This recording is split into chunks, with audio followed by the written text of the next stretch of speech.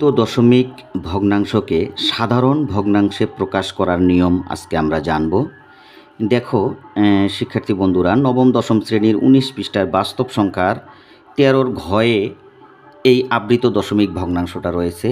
এই ভগ্নাংশটাকে আমরা যখন সাধারণ ভগ্নাংশে রূপান্তর করব, এটা দেখতে পাচ্ছি আমরা আবৃত দশমিক ভগ্নাংশ। কেন?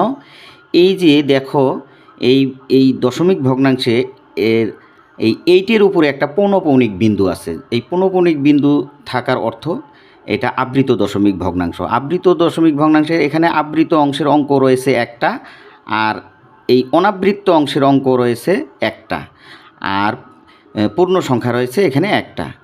তো এই দশমিক ভগ্নাংশটাকে আমরা যখন সাধারণ ভগ্নাংশে রূপান্তর করব, সেক্ষেত্রে আমরা এই একটা নিয়ম ফলো করলেই বাকিগুলো আমরা করতে পারবো। একই নিয়মেই সবগুলা করা লাগে। তো খেয়াল করো, এটাকে সাধারণ ভগ্নাংশে রূপান্তর করতে গেলে আমরা প্রথমে এক কাজ করব। এই যে দশমিক বিন্দু এবং এই পৌনঃপুনিক বিন্দু বাদে যে অংশটুকু দেখা যাচ্ছে তা আগে লিখব। তো লিখি, এখানে হলো 378। লেখার পর বিয়োগ করতে হবে। কোন অংশটুকু বিয়োগ করব আমরা? এখানে দেখো, এই এই এই পৌনঃপুনিক বিন্দু কিন্তু একটা অঙ্ক আছে। তো এই একটা অঙ্ক বাদ দিয়ে, অর্থাৎ আমরা এই যদি 8কে বাদ দেই, পৌনঃপুনিক বিন্দুর অংশটুকু যদি বাদ দিয়ে দেই, তাহলে এখানে দেখা যাচ্ছে 37। দশমিক বিন্দু কিন্তু কাউন্ট করা যাবে না। এই 37 দেখা যাচ্ছে। এই 37 বিয়োগ করতে হবে, এটাই হলো নিয়ম। তাহলে প্রথম অংশে আমরা সম্পূর্ণ অংশ লিখলাম এই দশমিক বিন্দু পৌনঃপুনিক বিন্দু বাদ দিয়ে, এবং দ্বিতীয় অংশে আমরা কি করলাম? পৌনঃপুনিক বিন্দুর অংশটুকু বাদ দিয়ে যা দেখা যায়, যেমন 37 দেখা গেছে, আমরা 37 বিয়োগ করলাম। এরপরে তৃতীয় ধাপে এসে যে কাজটা করতে হবে সেটা হলো, এখানে আবৃত অংশের অঙ্ক যতগুলো রয়েছে ততগুলো 9 লিখতে হবে। এখানে আমরা দেখতে পাচ্ছি আবৃত অংশের অঙ্ক রয়েছে একটা, সেক্ষেত্রে আমরা একটা 9 দিব। যদি বেশি থাকতো, যদি 2টা 3টা থাকতো, তাহলে আমরা 2টা 3টা 9 দিতাম। কিন্তু এখন আবৃত অংশের অঙ্ক একটা, তাই একটা 9।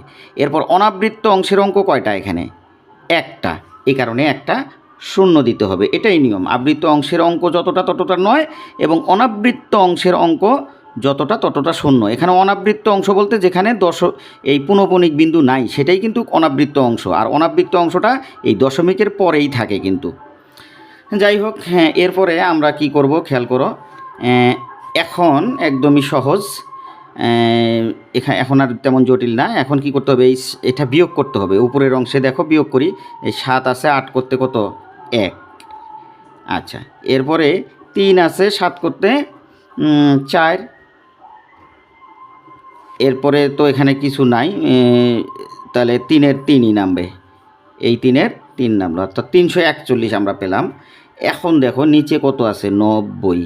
এখন আমাদের সাধারণ ভগ্নাংশে প্রকাশ হয়েছে, তবে এখানে আরেকটু কাজ রয়েছে। খেয়াল করো, এটা কিন্তু একটা এই কি বলে, এটা হলো তোমার এই অপ্রকৃত ভগ্নাংশ হয়েছে। কারণ এই হর ছোট লব বড়, সেক্ষেত্রে এটাকে অপ্রকৃত ভগ্নাংশ বলে। কোনো ভগ্নাংশে যদি এরকম হর ছোট হয় লব বড় হয়, সেক্ষেত্রে এটাকে মিশ্র ভগ্নাংশে রূপান্তর করতে হয়।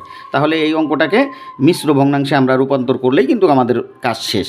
তো এটাকে কিভাবে মিশ্র ভগ্নাংশে রূপান্তর করবো একটু খেয়াল করো। তাহলে আমাদের কি করতে হবে? এই 341কে 90 দিয়ে ভাগ করতে হবে। আচ্ছা, আমরা এই রাফটা করি। এখানে দেখো, তাহলে 90 দিয়ে আমি ভাগ করব কাকে? 341কে। 41। তো এটা ভাগ করলে কতবার যায়?